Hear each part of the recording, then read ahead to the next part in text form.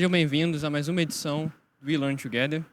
E não podemos dizer com verdade que o Evangelho ou qualquer escritura canônica afirmem nenhuma falsidade, nem que os seus autores disseram alguma mentira, porque então desapareceria a certeza da fé que se apoia na autoridade da Sagrada Escritura.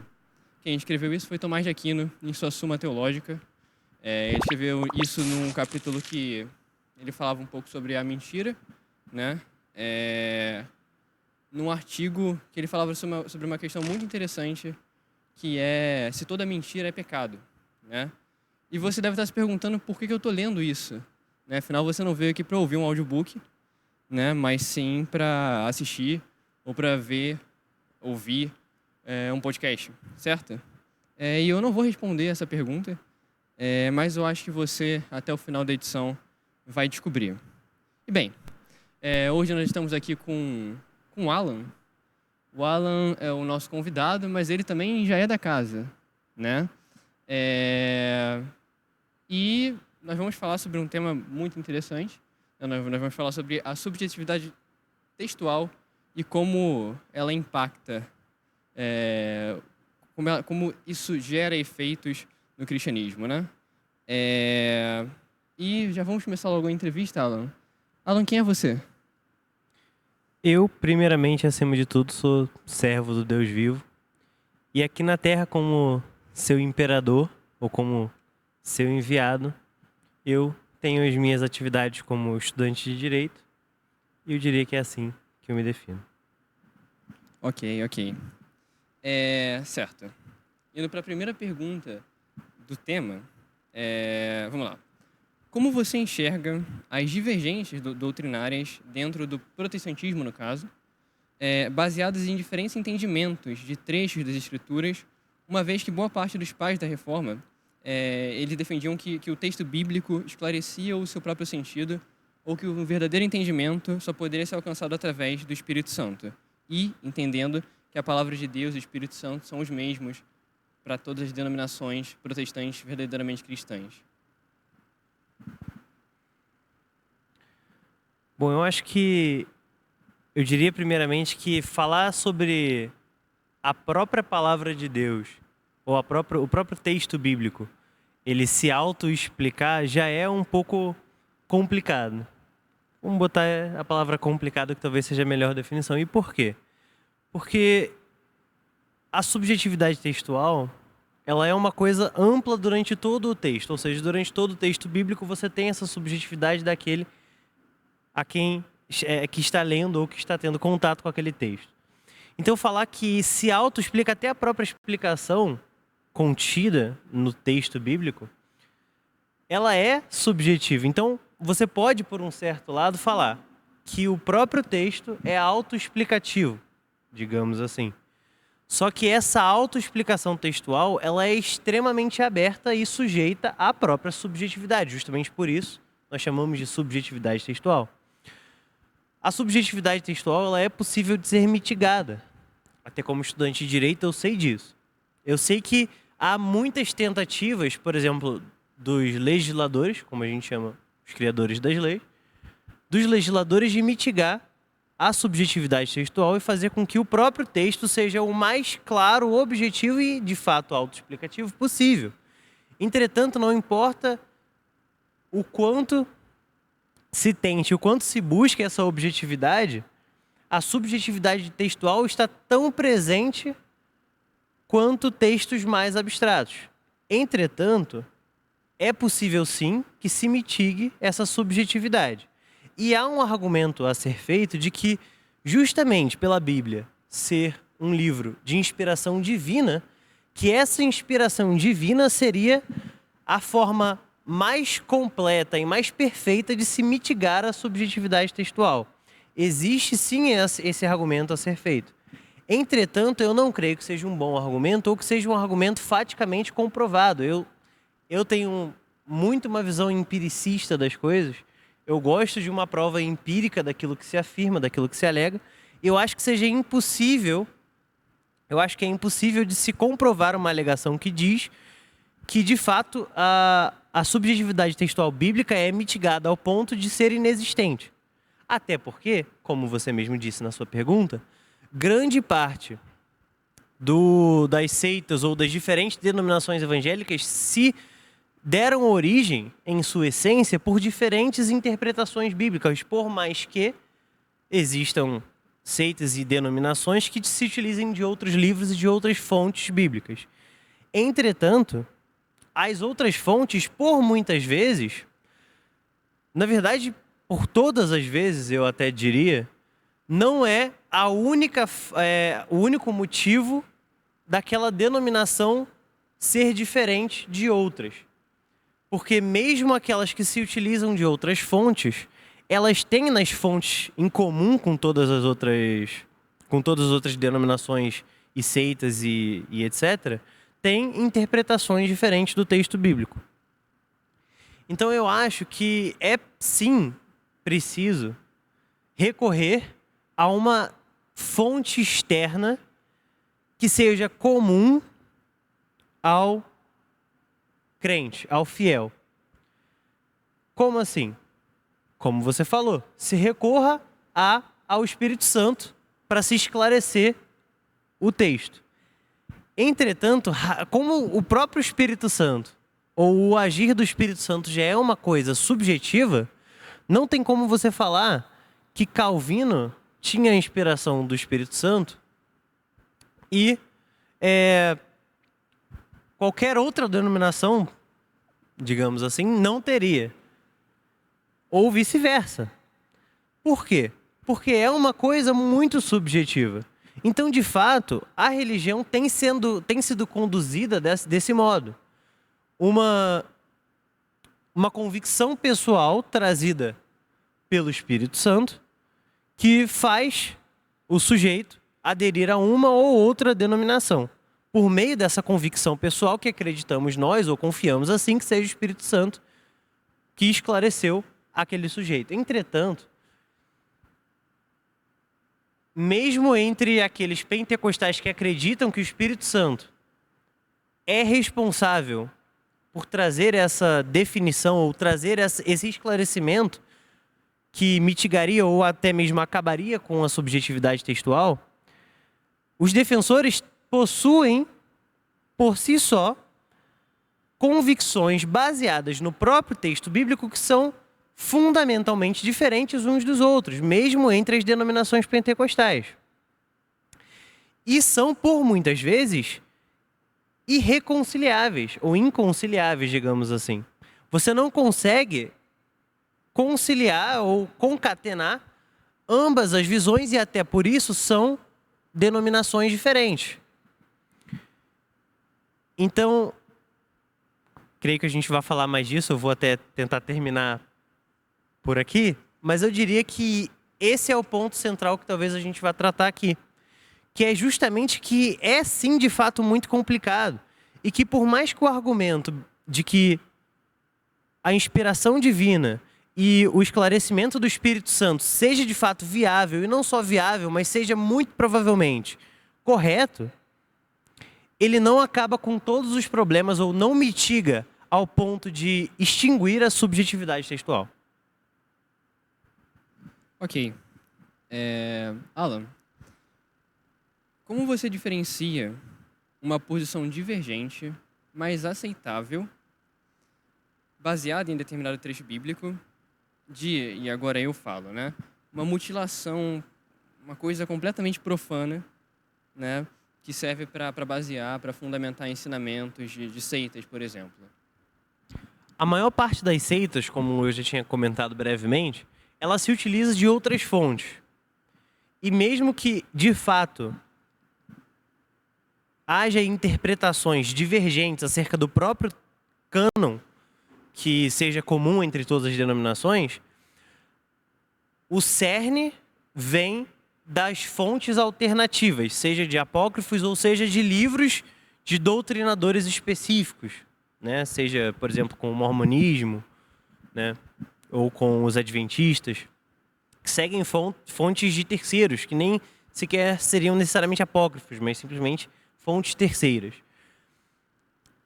Então, eu diria que esse é o primeiro ponto. Se há fontes terceiras, seja apócrifos ou seja completamente terceirizadas, digamos assim, já é um grande indício, se não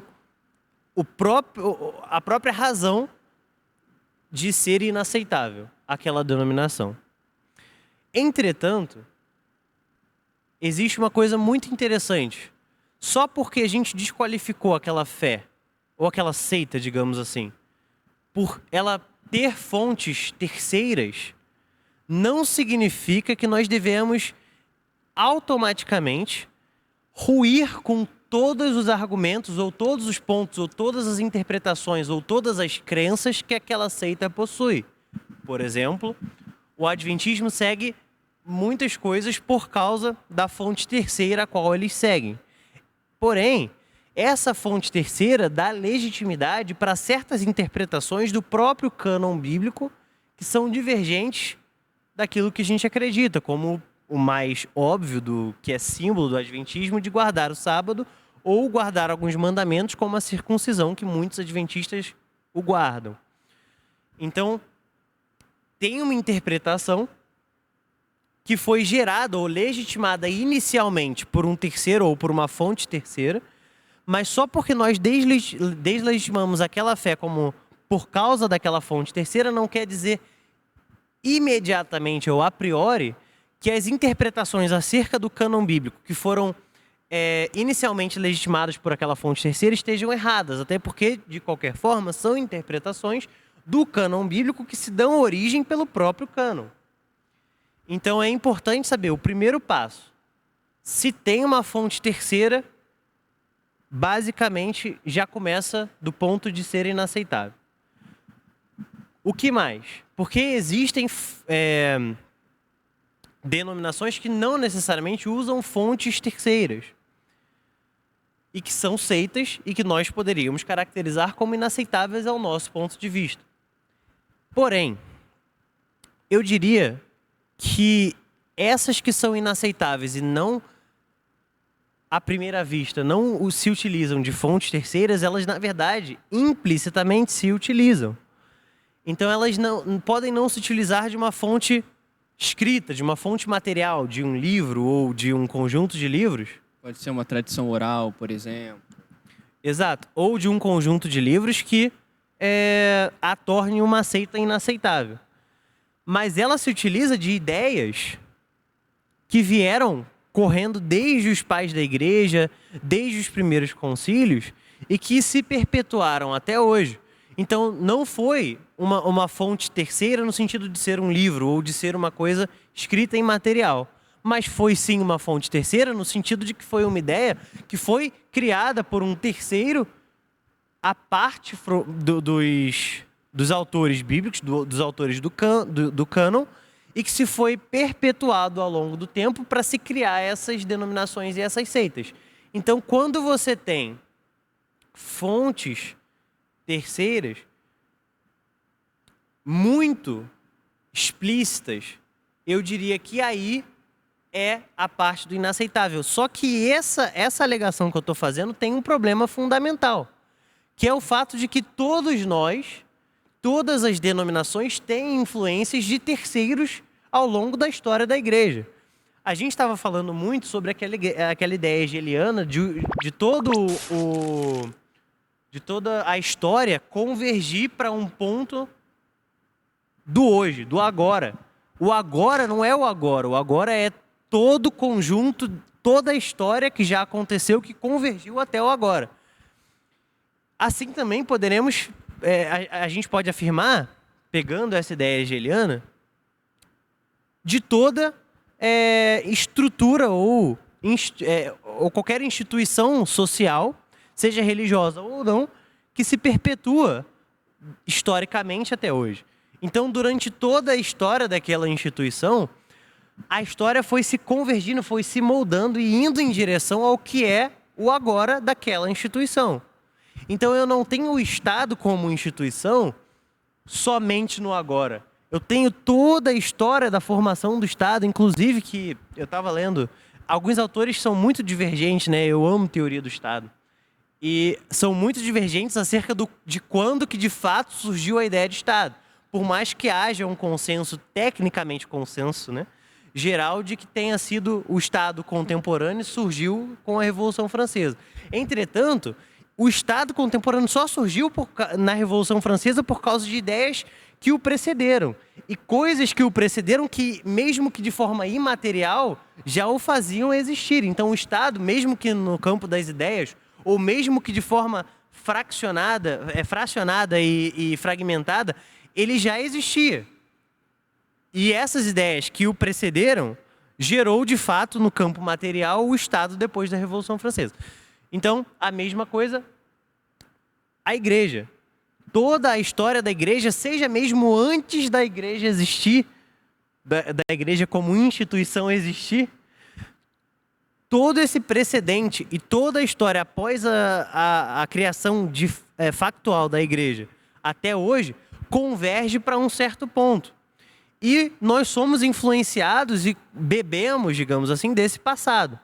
Então nós bebemos muito de muitos autores o tempo inteiro, que são, de certa forma, fontes terceiras. Então eu acho que é muito difícil a gente chegar e desenhar uma linha e falar, ó, daqui para lá é inaceitável. É possível criar uma linha e falando assim, daqui para lá é inaceitável para mim, baseado nas fontes que eu tenho e das quais eu bebi, digamos assim, das quais eu fui influenciado. Por quê? E acaba sendo uma coisa que, infelizmente, é do problema que a gente está conversando, muito subjetiva. Acaba sendo uma coisa muito pessoal. Então, eu posso desenhar uma linha e a pessoa que está do outro lado da linha pode desenhar a mesma linha, só que de polos opostos. Falando, eu desenhei uma linha daqui e falei que tudo daqui para a minha esquerda é inaceitável. Só que eu posso pegar uma pessoa que está bem aqui lá no fim da minha esquerda e falar exatamente o contrário. Desenhar a linha no mesmo lugar que eu, mas falar que tudo daqui para a direita é inaceitável. Então é uma coisa muito pessoal? De fato. É uma coisa muito subjetiva? De fato. E como venceremos essa subjetividade? É o que resta a gente descobrir. Eu queria só mencionar aqui uma coisa interessante. Por sinal, em alguns espectros do cristianismo, essa tradição, né, que não necessariamente é escrita, ela também pode ser fundamentada em uma interpretação diferente de um texto bíblico, né? Por exemplo, a partir desse ponto, a gente vai considerar o que determinada pessoa, o que grupos de pessoas pregavam, né, sobre isso, né? E nós temos alguns casos bem concretos de tradições que se formaram através também de interpretações, antes de interpretações do texto bíblico, né? Enfim, vamos para a próxima pergunta. Se você não quiser falar nada, é claro. Não, acho que para não tomar muito tempo eu vou passar para a próxima pergunta. Beleza. Certo. Você enxerga algum atributo positivo na subjetividade textual dentro do cristianismo? E se sim, me dê um exemplo.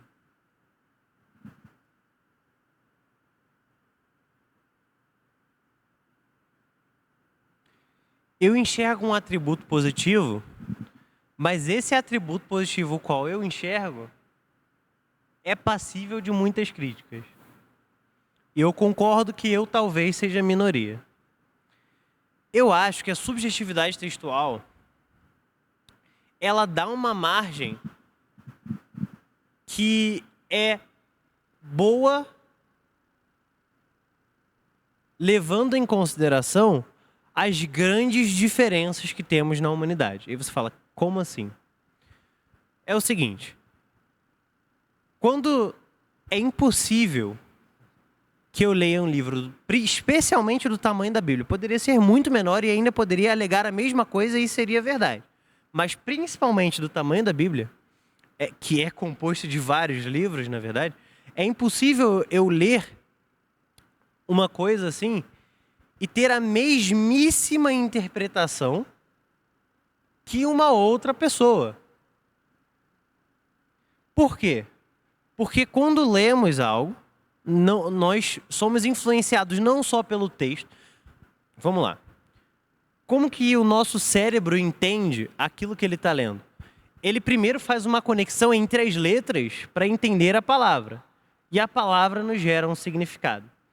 A partir disso, conectamos as diversas palavras presentes naquela frase e, a partir disso, extraímos um outro significado além do significado individual de cada palavra. A partir disso, conectamos cada uma das frases em um parágrafo e extraímos desse parágrafo um significado além dos significados individuais de cada frase. E assim por diante. Concatenamos os parágrafos em um capítulo, e desse capítulo extraímos uma informação ou alguma coisa além daquilo de cada parágrafo. Concatenamos os capítulos do livro e, a partir desses capítulos, extraímos um significado além daquele significado individual de cada capítulo. Mas não para por aí, especialmente na Bíblia. Na Bíblia, concatenamos cada um dos livros que foram escritos por autores diferentes, com intenções diferentes, em épocas diferentes, culturas diferentes e absolutamente tudo diferente. Concatenamos todos esses livros e extraímos deles significados além daqueles que havíamos extraído individualmente de cada livro. E não para por aí. Concatenamos esse livro com outros livros e outras experiências pessoais que já tivemos. E extraímos desse livro e desse conjunto de livros e desse conjunto de experiências pessoais significados além do significado de cada livro, individual de cada livro ou de cada experiência. Então, na verdade, o nosso cérebro está o tempo inteiro fazendo essas conexões. E é a partir desse princípio, inclusive, que na computação geramos as redes neurais, que são nada mais são do que conexões infinitas que nós, a partir de um input, né, de uma informação que é dada àquela rede neural e de um feedback que ela recebe, ela consegue descobrir quais são as melhores conexões ou quais são as conexões mais precisas para gerar o melhor feedback ou a melhor função a qual ela foi programada. A mesma coisa o ChatGPT, que está muito famoso ultimamente, ele faz exatamente isso. Ele, por vezes, as conexões... É claro que nós não temos como saber no que eles chamam de... o que exatamente acontece nisso que eles chamam de hidden layer, né? Que é a camada escondida de todas essas redes neurais e o motivo exato pelos quais nós não sabemos exatamente como ele funciona, né? Mas é uma simulação de um cérebro humano. As nossas conexões neurais estão sendo simuladas por aquela rede neural e até por isso tem esse nome. E por que eu estou falando tudo isso? Porque o meu ponto positivo, depois de explicar tudo isso, é que há uma margem de condutas diferentes e interpretações diferentes que são, de fato, aceitáveis e que não saem das quatro paredes do que, de fato, é o cerne do cristianismo, do cerne da salvação. Então, eu consigo ter humanos diferentes, que têm necessidades diferentes, vontades diferentes, desejos diferentes e pensamentos diferentes, que mesmo agindo de modos diversos uns dos outros, conseguem ainda assim seguir e se filiar à mesma fé e a receberem a graça de Deus e serem salvos.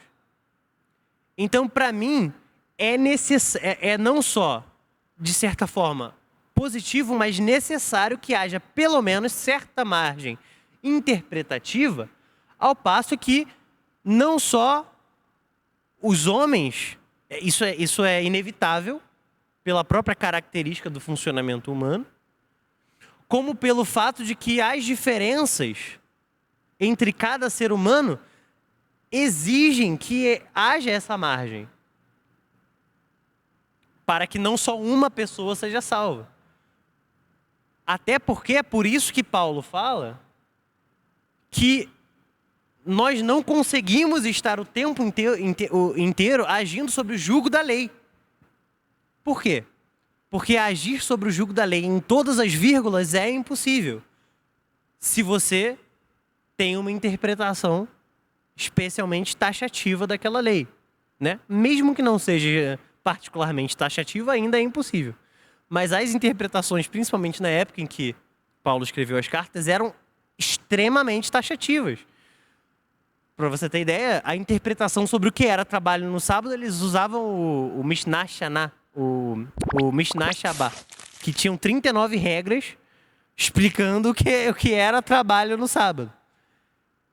Então era taxativo demais. E essa taxatividade era criada por meio de outros textos e outros conjuntos textuais que por si só também tinham margem subjetiva e interpretativa. Então é impressionante como essa subjetividade de interpretação ela é inerente a tudo que existe, não é só as palavras. É também as falas e ao seu próprio pensamento. Quando você lê, a sua própria subjetividade é posta em xeque a partir do momento em que você que você se sujeita a outras ideias e a outras experiências. Por exemplo, eu posso ler a Bíblia inteira neste exato segundo e ter uma interpretação X. Só que daqui a 5 anos eu vou ter me sujeitado a diversas outras experiências, a diversos outros livros, a diversos outros pedaços de conhecimento que vão me fazer ler a Bíblia novamente daqui a 5 anos e ter uma interpretação talvez completamente divergente.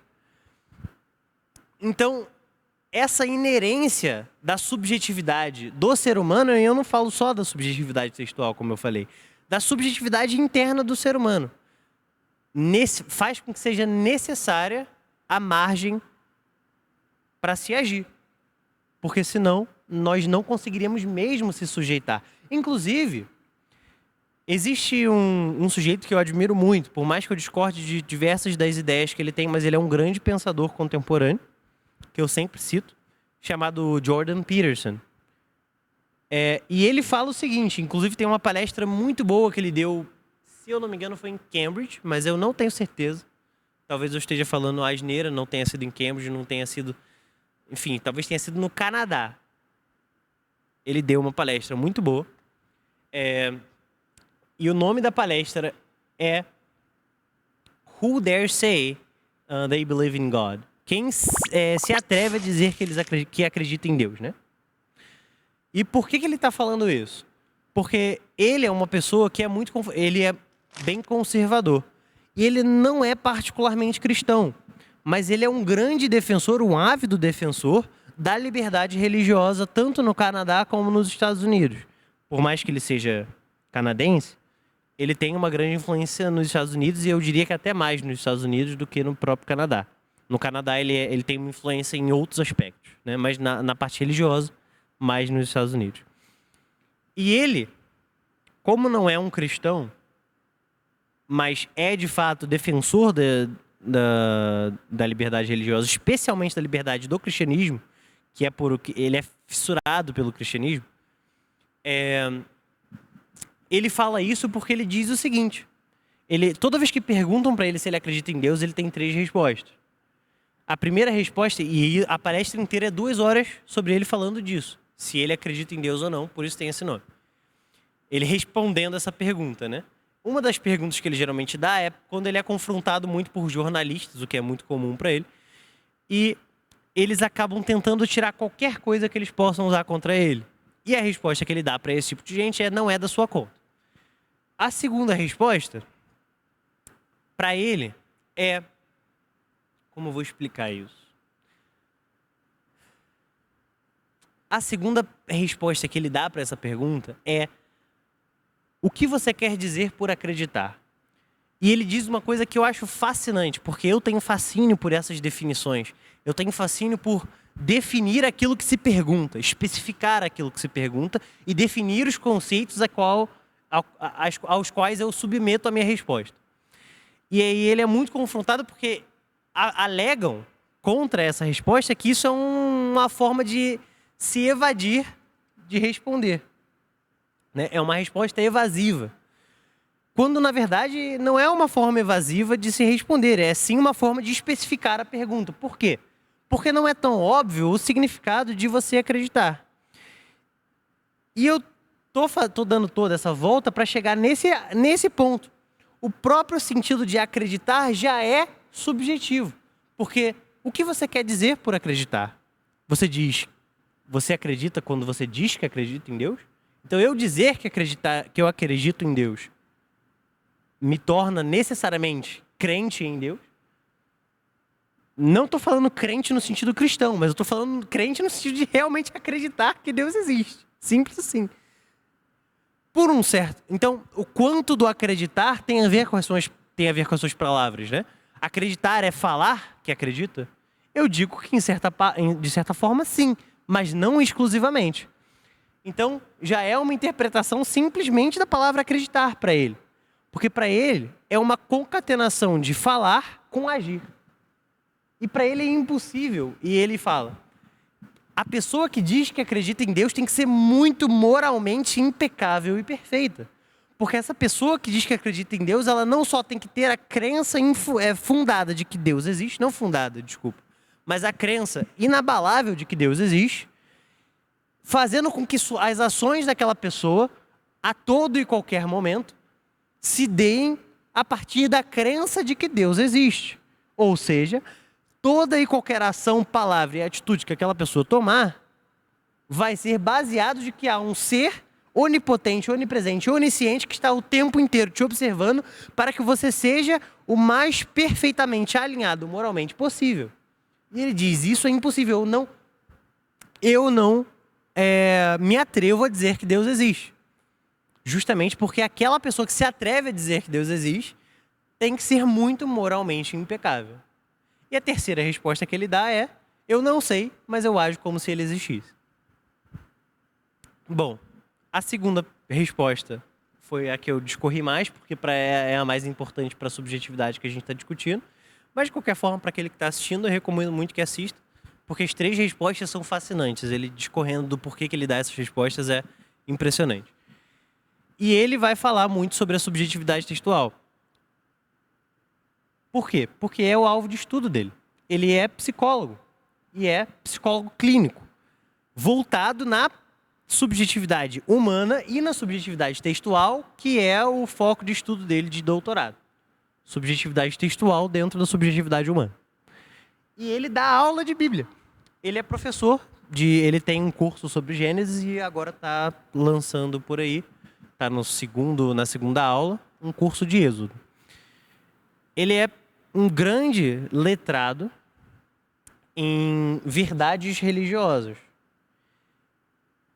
Só que ele defende que essas verdades, porque ele define tudo. Ele define o que é verdade para você. Quer dizer que se eu falar que um livro é completamente metafórico, ele é menos verdadeiro? Não. É assim que ele define, pelo menos, o conceito de verdade. Metáfora não quer dizer mentira ou inverdade. Metáfora quer dizer metáfora. E pode ser, muitas vezes, uma metáfora para algo muito verdadeiro. E aí ele estuda as verdades universais contidas na religião. Então eu dei toda essa volta para falar. O ponto positivo que eu vejo na religião é isso. De você poder ter essa margem e eu diria ainda mais, e serei criticado por isso, que essa liberdade é justamente o que permite que, pelo menos, aqueles que são salvos sejam salvos. Porque se não houvesse essa margem, seria impossível para qualquer ser humano, ser efetivamente salvo. E, ao mesmo tempo, essa também é a fonte de desgraça do cerne cristão propagado pela mente humana. Por quê? Porque é justamente essa margem que é indefinível. Você não consegue definir onde é o fim dessa margem. E esse, ao mesmo tempo que é o benefício, é o problema. Ok. Essa abertura que se deu lugar à interpretação própria das escrituras. E agora, própria no sentido de diferença dentro da diferença, né? Dentro de uma denominação, você tem certas questões doutrinárias fundamentadas em trechos bíblicos, né?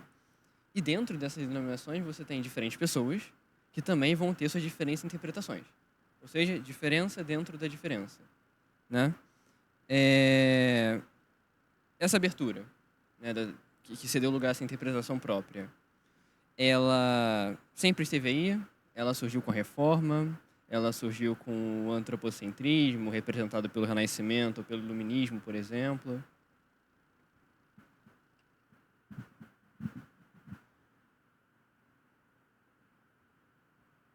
Então, vamos esclarecer. A pergunta é se a diferença dentro da diferença sempre existiu. Não, você não está perguntando sobre a existência da diferença maior, mas sim da liberdade de divergir dentro da diferença. Sim. Okay. Bom, eu perguntei uma coisa aqui de propósito para saber se você ia confirmar e você confirmou, mas eu não acredito que seja exatamente o que você quis dizer. Você confirmou talvez num lapso, assim, rápido, e eu fiz de propósito.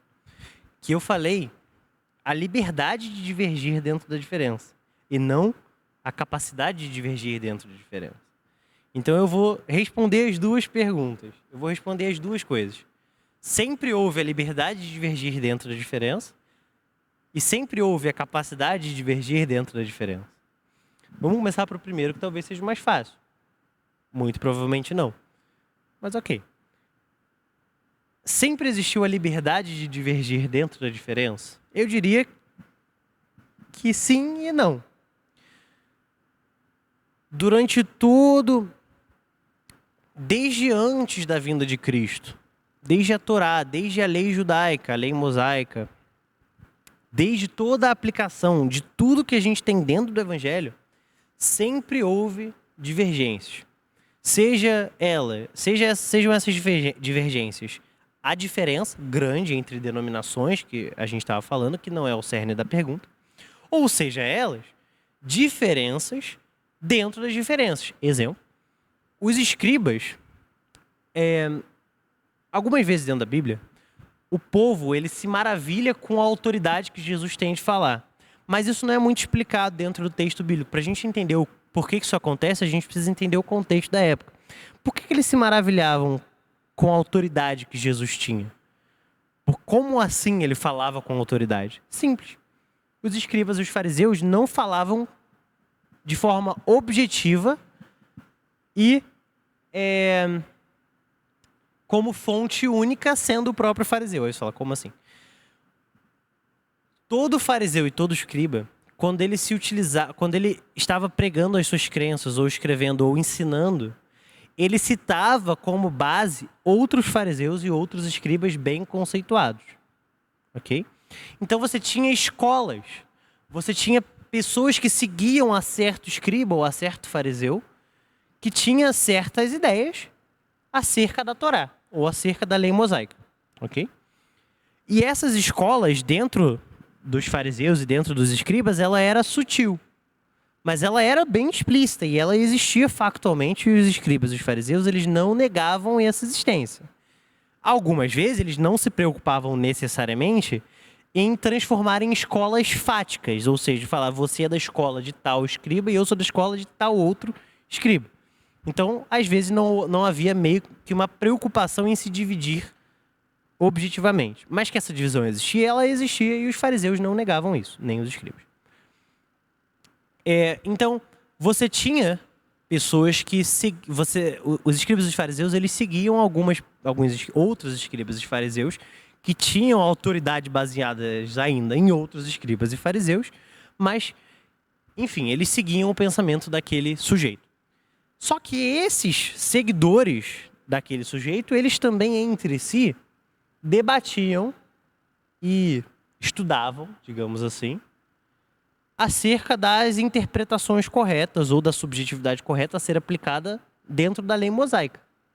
E eles divergiam muito, né, acerca de pequenas coisas. Porque, como eu falei, eles tentavam especificar muitas coisas. O Mishnah Shabbat é um exemplo. 39 formas de trabalho, e mesmo assim eram super subjetivas, e eles iam lá e discutiam o que esse ponto 17 quer dizer. E o ponto 17 era muito falado por tal escriba, e por tal outro, que falavam coisas diferentes. E aí vem a diferença grande. Mas, dentro daqueles escribas que seguiam a esse escriba conceituado, eles também tinham suas divergências, até mesmo divergências sobre o que aquele escriba conceituado quis dizer sobre algumas coisas.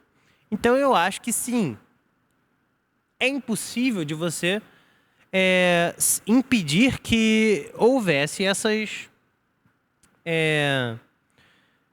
divergências dentro das divergências. Mas quanto mais se passou o tempo e após a igreja cristã, né, depois de Cristo, ela foi, depois dos diversos concílios e etc., alvo de muitas dúvidas interpretativas. E acabou-se criando um organismo, eu não vou chamar de instituição, porque talvez não seja bem uma instituição, mas aí já é uma coisa de definição mesmo, que eu não vou entrar aqui, do porquê que eu falo isso, mas a maioria das pessoas chamaria assim de instituição, que é o Vaticano. Esse organismo que é o Vaticano, que é a instituição papal, é uma forma de ser um STF da vida, só que dentro da vida, de ser uma Corte Suprema, só que dentro da vida cristã. A partir do surgimento da igreja, e aí foi se moldando esse organismo papal. Você chegou no ponto que eu queria chegar, justamente. O organismo papal é uma tentativa de unificar as diferenças dentro das diferenças. Porque diferenças já existiam, diferenças grandes de denominações, mas pelo menos dentro daquela vertente seguida pelo Vaticano era uma tentativa de mitigar e até mesmo distinguir qualquer divergência lá dentro. Então, aí vai para a minha primeira pergunta, que é a que eu estou respondendo agora. Sempre houve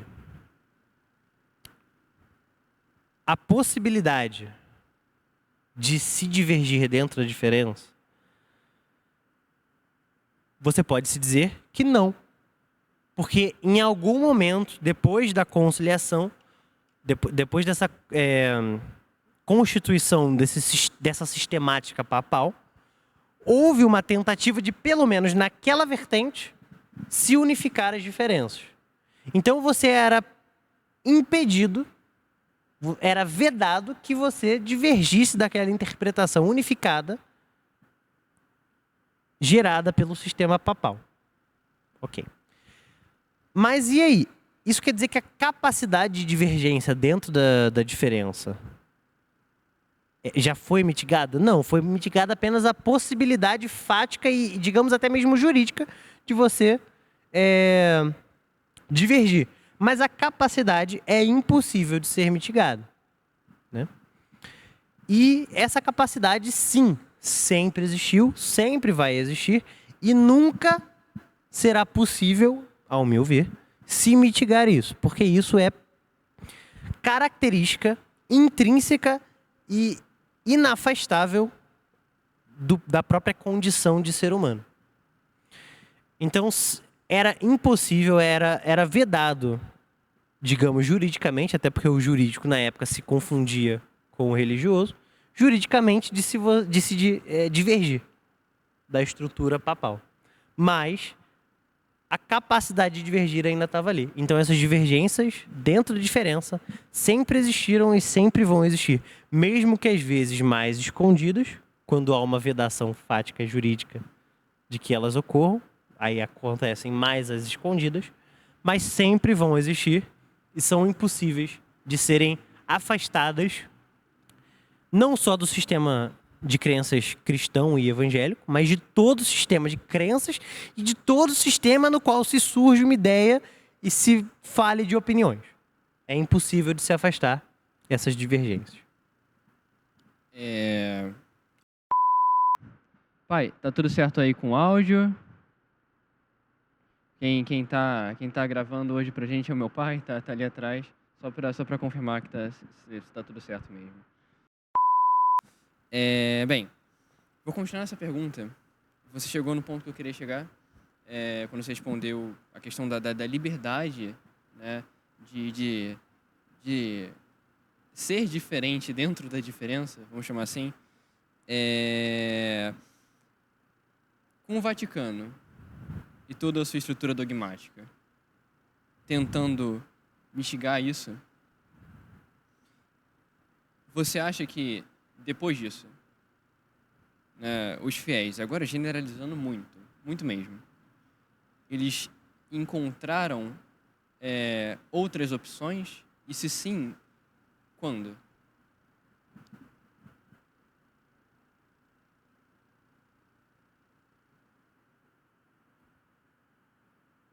Outras opções para divergir, é isso que você quer dizer? Outras opções em que sentido? Outras opções para que se adequem melhor aos seus próprios pensamentos, ao seu próprio entendimento.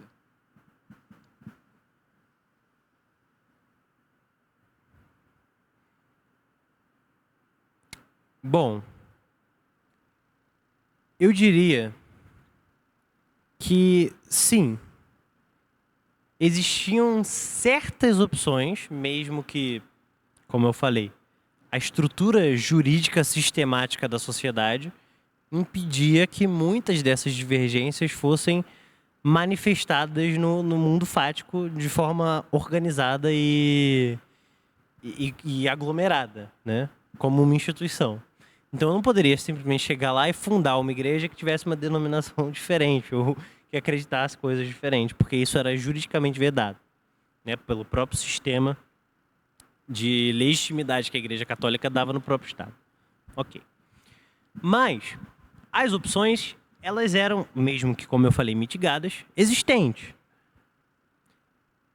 Fato é que, por exemplo, desde os primeiros concílios, quando você tinha também o brotinho do sistema que virou o sistema papal, que foi também surgido nesses primeiros concílios, ali até nos primeiros, vamos botar aí, 4, 5 séculos, eles divergiam muito. E esses concílios, eles geraram muitas ideias que viriam a ser perpetuadas até hoje, que gerariam o arminianismo, o calvinismo, testemunho de Jeová, né, o mormonismo, e futuramente viriam a ser surgidas e divididas e etc. Mas o ponto é que essas ideias teriam que se perpetuar de alguma forma. De alguma forma, as coisas, o calvinismo e o arminianismo vieram depois, né, mas enfim. O ponto é, algumas coisas, algumas ideias se perpetuaram, e ideias completamente divergentes.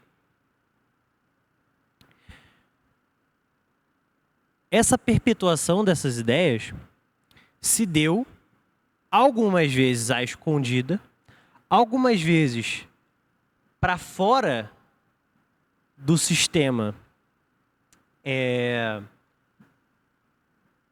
padrão europeu, por exemplo. Todos sabem que o Império Romano, ele mantinha muitas vezes uma certa liberdade religiosa para aquelas cidades-estado a qual ele dominava. Uma certa não, uma grande liberdade religiosa, eu diria. Até certa medida, pelo menos para a época, né? Porque falar em grande liberdade religiosa com os olhos de hoje, de fato, não seria, mas seria um anacronismo e tanto. Então, para a época, era uma grande liberdade religiosa, assim, sem precedentes até, para qualquer outro império. Porque a dominação religiosa era dominar o pensar, e dominar o pensar é a maneira mais eficiente de se dominar as massas. Só que o Império Romano não se utilizava dessa técnica, né? Pelo menos não exclusivamente. E até a queda do Império Romano, você tem a perpetuação ali, né, com a queda de Constantinopla e tudo mais, você tem essa perpetuação até livre pela Europa, pelo norte da África e pelo leste ali do Oriente Médio, ali onde tem a Jordânia, Israel, a Palestina, até mais para baixo, ali no Iêmen, onde a Arábia Saudita.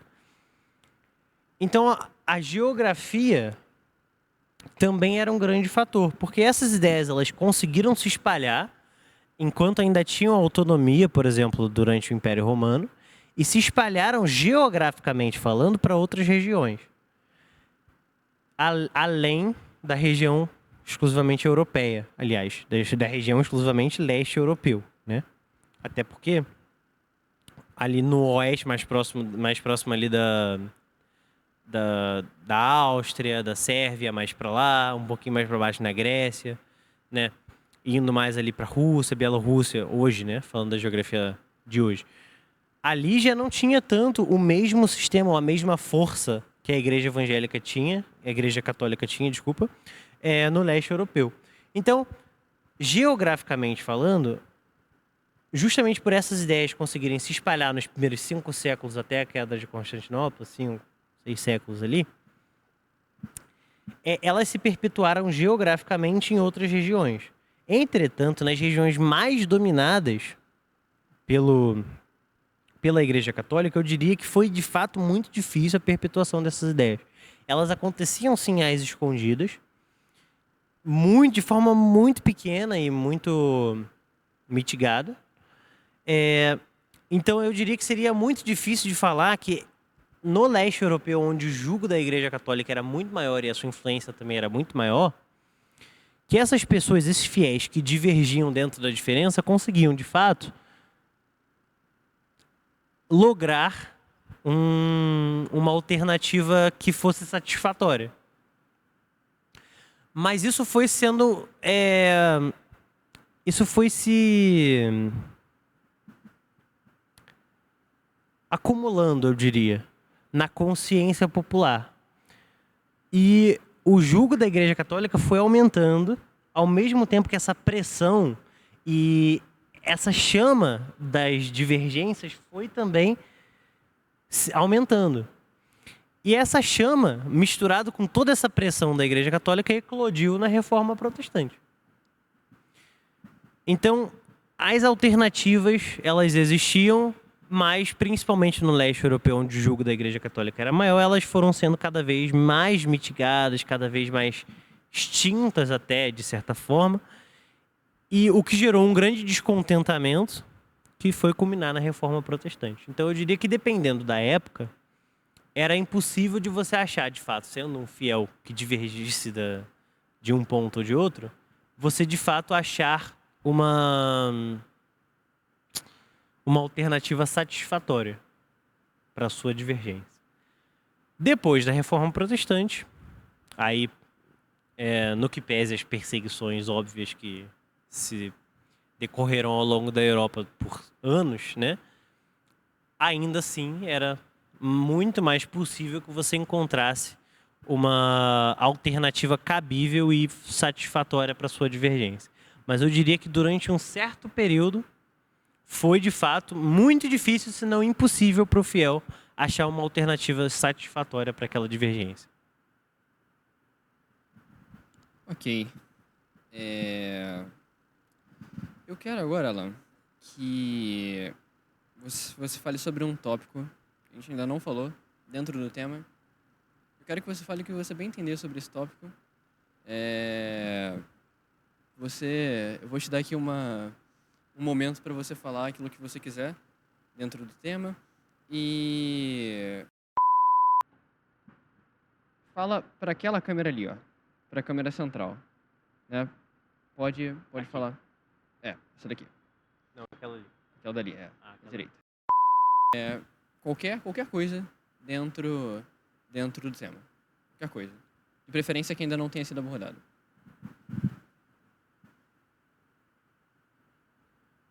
Bom, eu acho que uma coisa que eu gosto muito acerca desse tema é o seguinte. Há uma grande discussão sobre o poder das verdades universais presentes dentro do cerne da crença religiosa, não só da crença cristã, mas da crença religiosa como um todo. E dentro desse debate, que não é tão conectado ou tão conexo com o tema que a gente tratou, dentro desse debate há um ponto específico de debate que é muito conectado, pelo menos ao meu ver, àquilo que a gente está discutindo. Que é os ativistas ateus que dizem, que debatem com alguns defensores do sistema de crenças religioso, porque não estou falando necessariamente de cristãos e não estou falando sequer de teístas.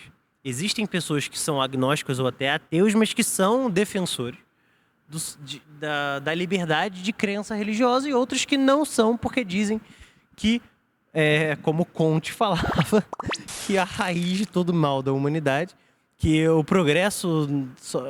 A gente... Vou explicar da melhor forma. Que a sociedade caminha para um progresso, e o fim desse progresso seria a superação do modelo de crenças religioso e a adoração da ciência como única e verdadeira fonte de verdade. Como Comte falava, né? Teríamos igrejas que adorariam a ciência. Uma questão também conceitual aí, né? Como a única fonte de verdade, né? Nesse sentido, né? Como você mencionou antes, né?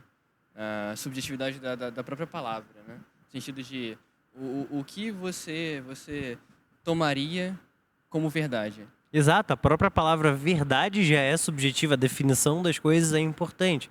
E eu vou dar um exemplo. Dentro desse debate que eu estou citando aqui, e que eu vou discorrer um pouco mais, existe um ativista em específico que é conservador, por mais que a palavra conservador atribuída a esse sujeito possa ser passível de muitas críticas, já que muitos dizem que você não é conservador se também não defender o sistema de crenças religioso. Você não é um verdadeiro conservador, já que o sistema de crenças religioso é justamente o coração daquilo que seria o conservadorismo. Ok. É um ponto a ser feito. Mas deixando esses debates conceituais do que seria um conservador de lado, objetivamente falando, de maneira mais consensual assim, ele se denomina e é muito aceito como um conservador. Ele se chama Sam Harris. E ele é um ateu, ávido ateu e ativista, grande ativista do ateísmo. Na verdade, é uma das grandes vozes do ativismo ateu atualmente é o Sam Harris. É impossível você falar de ativismo ateu sem em algum momento tocar no nome dele. E ele encara muitos debates acerca do tema. Só que, e ele acaba, na concepção de muitos, destruindo no debate o outro, aquele que está debatendo com o Sam Harris. Só que esse cara, o Jordan Peterson, que eu gosto muito, tem um debate lindo, assim, de 8 horas mais ou menos, que foi feito ao longo de 4 dias, né? 2 horas mais ou menos por dia de debate. Foi feito... Eu acho que foi 2 noites em Londres e 2 noites em Dublin, na Irlanda. Londres, na Inglaterra. E esse debate foi sobre... Os dois são muito conservadores.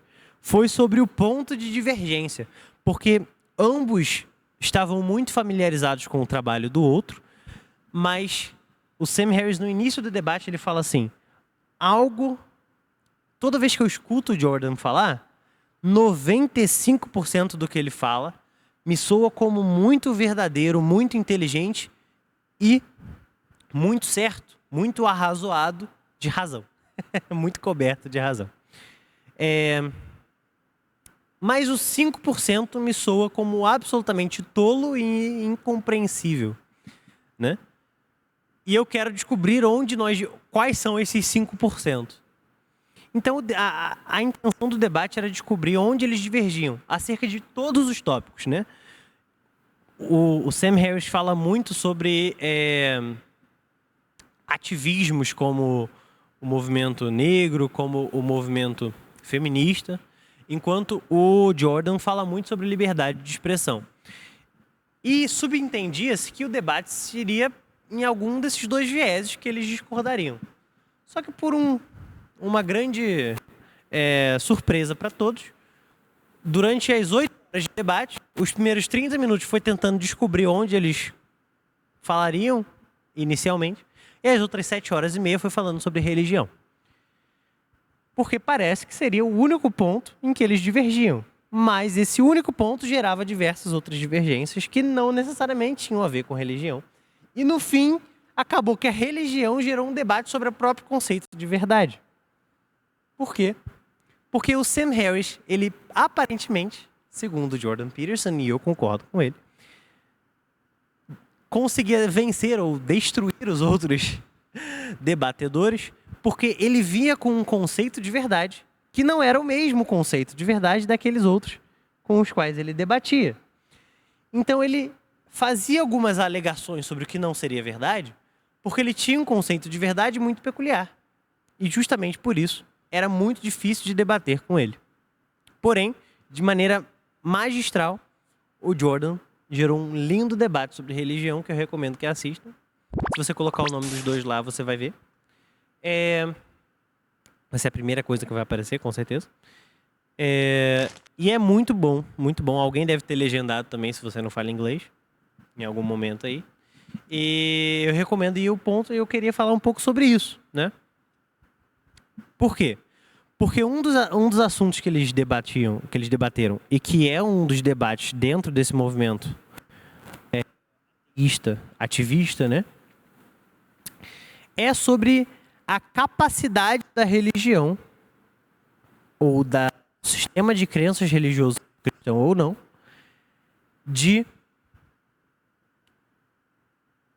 guiar a moralidade humana. E eu vou desempacotar o que eu falei. Os ativistas ateus, eles falam que eles reconhecem o direito. Vou fazer uma breve síntese, né, do argumento deles. Eles reconhecem que a importância da crença religiosa, não só cristã, mas da religião como um todo, e reconhecem que foi muito importante por toda a história e por toda a formação, especialmente da sociedade ocidental, e para que ela seja como ela é. E isso é especialmente importante para aqueles ateístas, ativistas que são particularmente conservadores, como Sam Harris, que gostam, de certa forma, da estrutura do status quo atual. Por isso são conservadores. Então eles reconhecem, só que eles dizem que a perpetuação desse sistema de crenças pelo simples fato de terem sido importantes, historicamente falando, cairia no na chamada falácia biológica. E o que seria essa falácia? É a falácia de que só porque algo teve uma importância para o desenvolvimento humano no passado, que ela continuaria sendo importante. Independente de sua importância passada, a religião hoje é completamente descartável. Essa é a síntese do argumento deles. A síntese do argumento do Jordan contra isso, lembrando, ele não é cristão, é que não, porque é muito mais fácil eu mover as massas por meio de um sistema de verdades que traga muita sabedoria, mas que seja ficcional e metafórica. Eu não vou nem falar ficcional não foi uma boa palavra.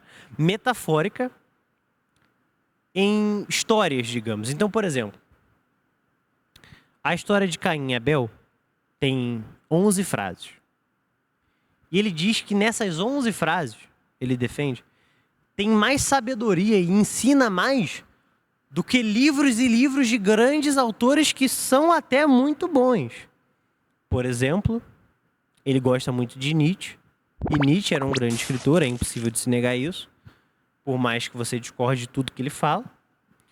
É impossível de se negar a capacidade do homem de colocar grandes ideias em pequenos parágrafos. E ele falou que, mesmo que Nietzsche escrevesse um livro inteiro, ele provavelmente não conseguiria empacotar ou colocar naquele livro a mesma quantidade de sabedoria que tem nas 11 frases da história de Caim e Abel. E ele vai defender esse ponto por 2 horas, o que eu não vou fazer aqui pelo caráter simplório do nosso podcast. Mas, de novo, recomendo a todos que vejam. Então o ponto é, a história para ele faz com que a história de Caim e Abel vincula muito mais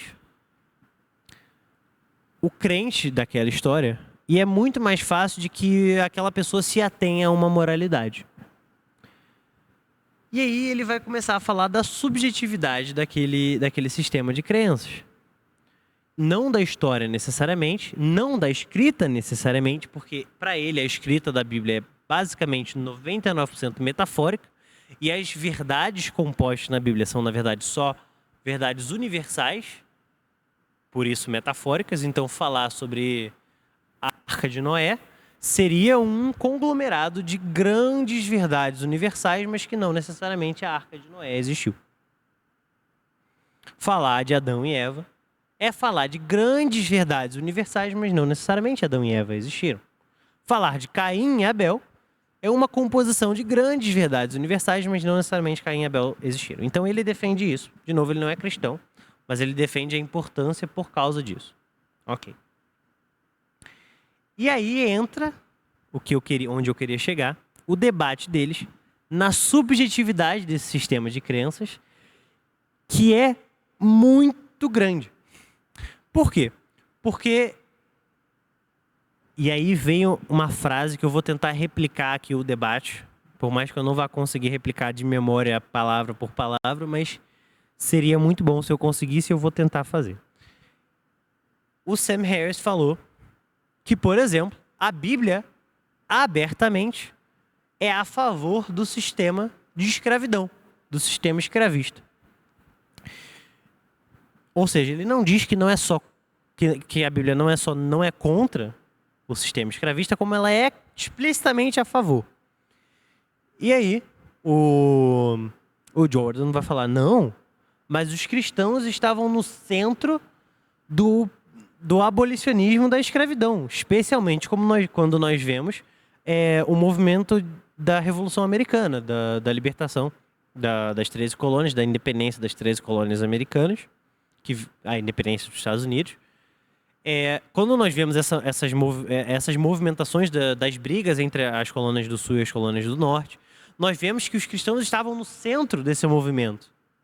E aí o Sam Harris vai falar assim, sim, porque os cristãos estão no centro de todos os movimentos. Se você conseguir achar cristãos no centro do movimento anti-escravista, e também poderia achar cristãos no centro do movimento escravista que defendia na luta lá entre as colônias do Sul e do Norte. Né? E eu acho isso muito, muito peculiar, muito interessante, porque isso mostra o que o Sam Harris falou é verdade. E o Jordan também não discordou dele. Você consegue achar cristãos utilizando do mesmo tomo, do mesmo sistema de crenças e, ao mesmo tempo, defendendo coisas fundamentalmente diferentes. Algumas vezes diametralmente opostas, né? Diametralmente opostas, exato. No caso, a escravidão, a libertação dos escravos, né? O movimento anti-escravista e o movimento escravista não eram exatamente diametralmente opostos. E eu vou te falar por quê. Porque para eles serem diametralmente opostos, o anti-escravista fala, o que ele de fato fala, que é um desprezo à dignidade da pessoa humana e que o sistema de escravidão seria completamente antipessoal, né? Que a pessoalidade de uns estaria sendo não só mitigada, mas completamente destroçada e excluída do mundo fático, em detrimento da pessoalidade de outros. E isso, de fato, é o que ele fala. Mas aí a ideia diametralmente oposta disso os escravos, de fato, não possuem pessoalidade e a escravidão é de vital importância para a humanidade. O que não é exatamente o que o movimento escravista defendia. Eles só defendiam, em sua grande parte, que não haveria problema em submeter um ser humano a um sistema de escravidão, desde que aquele ser humano não tenha capacidade de se defender e de resistir ao sistema escravista. Sendo bem resumido, né? E também a minha interpretação. Tudo que eu estou falando é incrível, né? Porque tudo que eu estou falando aqui é muito sujeito a meu próprio sistema de crenças e sujeito à interpretação do ouvinte também ao próprio sistema de crenças pessoal do ouvinte. Bom, infelizmente, isso é inevitável. Então, bom,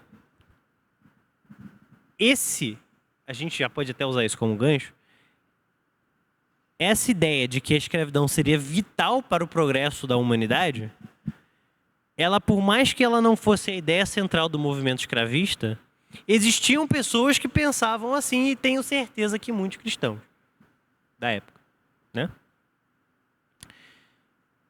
E aí vem um ponto que eu queria falar e que eu falei esse tempo inteiro para você me pediu para falar sobre o tópico que eu quisesse acerca do tema. Eu expliquei tudo isso que não é bem acerca do tema para chegar onde eu quero chegar agora e a gente já está terminando, infelizmente. Mas eu vou tentar falar, tentarei ser breve. Que é como a cultura afeta na nossa subjetividade textual. Porque eu diria que a cultura é justamente aquilo que mais afeta na nossa subjetividade. Então, existem vários fatores para a nossa subjetividade. Eu falei, a gente concatena palavras dentro da frase dentro do parágrafo, dentro do capítulo, dentro do livro dentro de outros livros, no caso da Bíblia, e todo esse conjunto de livros, baseado em outros livros que já lemos e nas nossas experiências pessoais. Só que as experiências pessoais, tudo isso, todos os livros que lemos, a própria produção de livros que lemos, o próprio fato daquele livro ter sido produzido já é uma manifestação cultural. As nossas experiências pessoais são manifestações culturais. Eu li o livro esse fim de semana, chamado Mal-Estar na Civilização, de Freud. E esse livro é de vital importância para o nosso debate. Por quê? Porque, na verdade, a tradução desse livro é uma porcaria. Tradução do título, né? Porque em alemão é Kultur, não é civilização, é cultura mesmo. Então, na verdade, seria um mal-estar na cultura, né? Inclusive, até as próprias interpretações sobre esse livro, mas aí a gente vai entrar num buraco sem fundo, né? Se eu for falar disso. Mas, enfim, um livro muito interessante, porque a ideia central defendida por Freud nesse livro é que existem 3 fontes de mal-estar, 3 fontes de sofrimento para o humano. Uma delas seria justamente a relação de humano para humano. Né? Outra delas seria, por exemplo, a incapacidade do humano de controlar a natureza. Enfim, não é muito importante as outras duas, porque eu fugiria do tema e a gente não tem tempo. Mas uma delas é justamente a relação entre seres humanos. É engraçado porque para Freud não existe amizade. Para Freud existe o amor limitado em sua meta. Porque o amor pleno é o amor que ele chama de eros, que é o amor completo em sua meta. A meta é justamente libidinosa. E aquele limitado em sua meta é aquele que não tem necessariamente um caráter libidinoso, por isso seria uma amizade. Né? Ele não usa o termo amizade, ele só usa o termo amizade uma vez no livro, que é justamente para explicar o que seria o amor limitado em sua meta, e depois ele só usa isso. Ele fala, todos aqueles compostos por amor limitado em sua meta, ou seja, compostos por amigos. Tem amigo, tem amor, tem pessoas que amam limitado em sua meta. Pois é. E aí, ele vai falando sobre como essa limitação que a gente tem que encontrar o ser humano para atingir progresso, ele tem que encontrar digamos, um equilíbrio entre deixar os seus instintos fluírem, entre se deixar levar pelas suas atitudes instintuais e se limitar em prol do bem da sociedade. Ok. Tô vendo... Que horas a gente vai acabar? Que horas a gente vai acabar? Daqui a 10 minutos? 15 minutos? A gente tem mais um tempo. Pode ser uns 15 minutos. 15 minutos. Ok, não é muito tempo, então eu vou tentar... Tem um tempo, mas não tanto tempo. Então eu vou tentar resumir essa parte. Vou tentar nem entrar muito em Freud, senão eu vou me perder. Então, basicamente, nós temos os nossos instintos e nós temos a limitação desses instintos pela sociedade. E essa dicotomia é justamente o que gera toda a nossa personalidade. Isso é defendido por Freud. Toda a nossa personalidade do eu, do super-eu e do nosso id, né? dessas três coisas para ele. O super-eu, o eu e o id. E tudo isso é formado por essa dicotomia entre a controlar os nossos instintos. Estou super resumindo Freud. Sim, factualmente o que eu estou falando está meio até errado mesmo, mas é porque não tem como eu discorrer muito. E eu estou super simplificando uma coisa que não é simples assim. Mas, então, para ele, essa dicotomia entre limitar os nossos instintos e em prol da cultura e deixar os nossos instintos fluírem é o que forma a nossa personalidade e é o que forma, consequentemente, todas as nossas manifestações culturais. E todas as nossas experiências são com base nessa dicotomia. E aí ele vai dar outras dicotomias, né? O amar e o matar mesmo. Né? Complexo de Édipo, para ele, resume toda a humanidade, que eu não vou explicar o que é complexo de Édipo, porque senão não dá tempo. Mas eu vou explicar assim. Quando a gente nasce, para Freud, o complexo de Édipo seria que quando a gente nasce, a gente tem um amor infinito pela nossa mãe, e nesse amor não é limitado em sua meta, é um amor mesmo erótico para Freud, em relação à nossa mãe, que nos dá carinho, que nos dá conforto, e a gente tem a vontade excruciante de matar o nosso pai porque ele roubou a nossa mãe da gente. Entendeu? O nosso pai é quem tem o amor erótico da nossa mãe. Por isso que Freud era meio doido, mas enfim. Esse é o complexo de Édipo, que tem toda uma historinha de um cara chamado Édipo, por isso tem esse nome, mas eu não vou contar a historinha. Né? E aí, essas dicotomias são, para Freud, o que formam a nossa personalidade. E por que eu estou falando tudo isso? Porque o meio cultural é o que nos limita em todos os aspectos. Tudo que nos é limitado é no aspecto cultural. Né? Só que para o cristão, não. Para o cristão, o que nos limita, ou o que deveria, pelo menos é assim que se interpreta, é que toda a nossa cultura deveria ser extraída da Bíblia e nós deveríamos limitar as influências culturais com base no arquétipo bíblico. Só que, infelizmente, e aí eu diria mesmo infelizmente, porque não está dentro daquela margem benéfica que eu falei, não é uma via de mão única. Nós não conseguimos pegar o nosso ser cristão, que é o nosso principal ser. Eu, antes de ser qualquer outra coisa, sou cristão.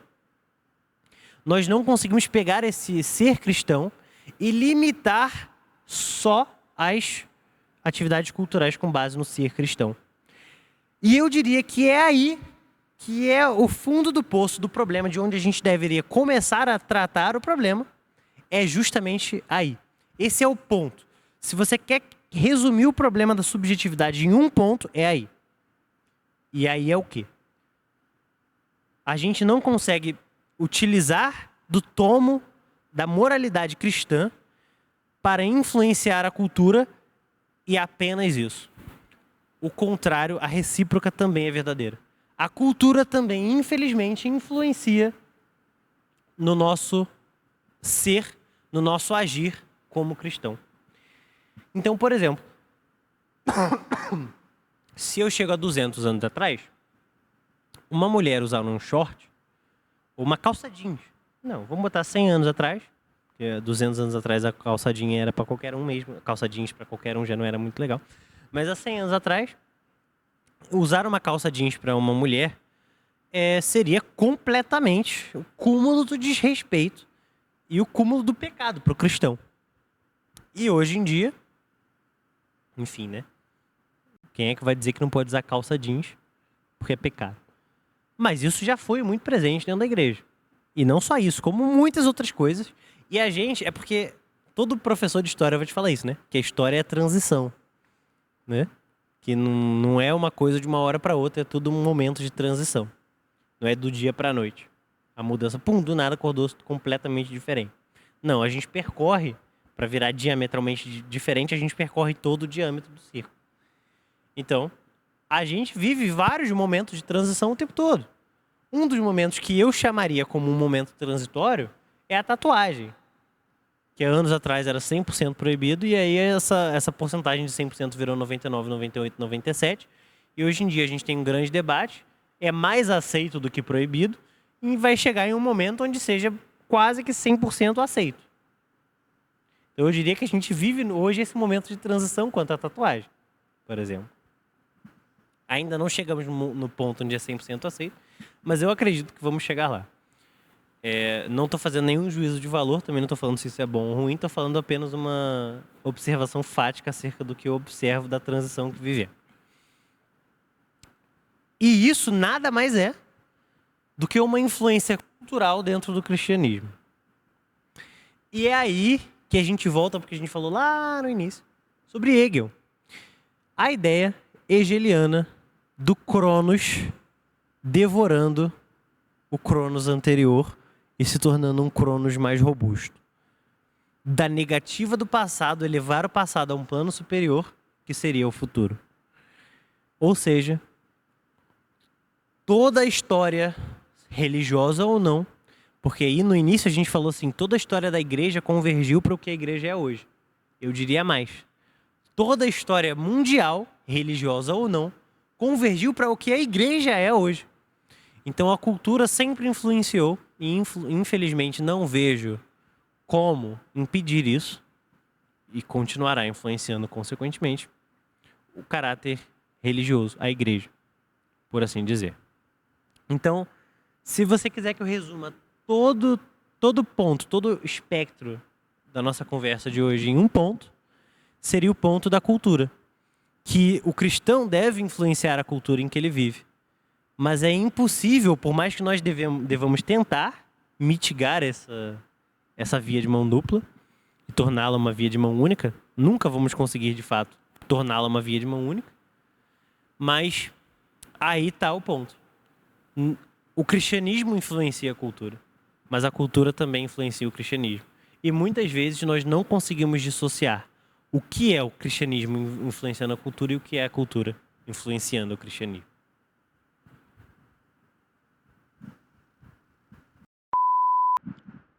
Só para testar, acho que estava com pouca bateria no meu microfone. Tá tudo certo aí, pai? Ok. Alan, infelizmente nós não tivemos tempo para... Eu tinha ainda algumas perguntas para fazer, mas... Quando você falou para eu falar sobre um tema só, eu achei que... Um tema que eu quisesse, eu achei que não tinha mais perguntas. Tinha mais algumas ainda, eram poucas.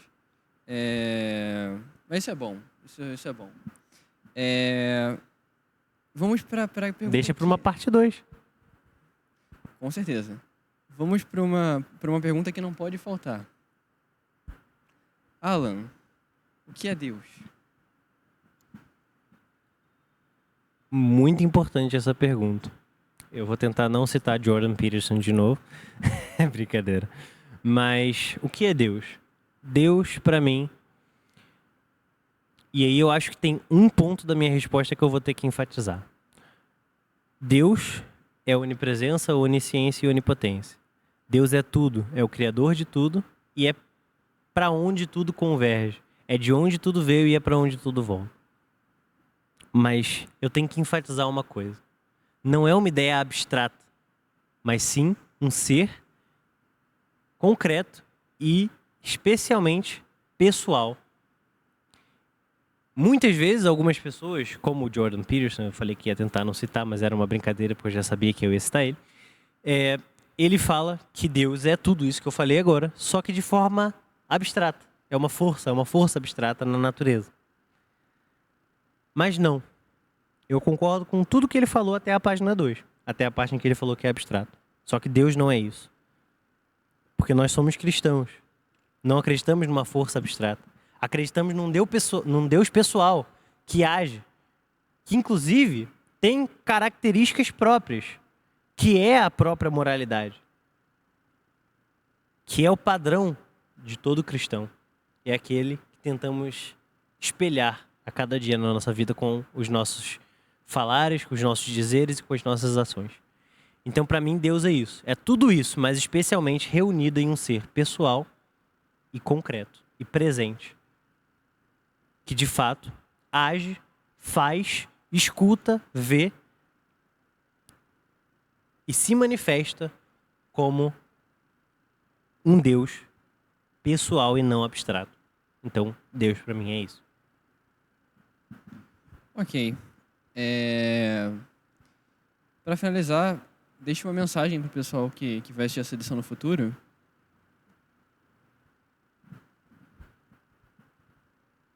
Eu acho que a mensagem que eu tenho para vocês é não se deixarem... Tem um termo no inglês, né? Que se chama overwhelm. É não se deixar afundar em todas essas coisas. Principalmente se foi a primeira vez que você ouviu sobre esse tema. Provavelmente tem muitas dúvidas surgindo na cabeça de todo mundo. Provavelmente tem muitas dúvidas surgindo na sua cabeça, sendo a primeira vez que você ouviu sobre isso ou não. Até porque eu mesmo que estou falando, surgem muitas dúvidas na minha cabeça o tempo inteiro. Isso é normal. Mas o mais importante é não se deixar afundar nessas dúvidas, nessas ideias, nesses novos conceitos e ir devagar.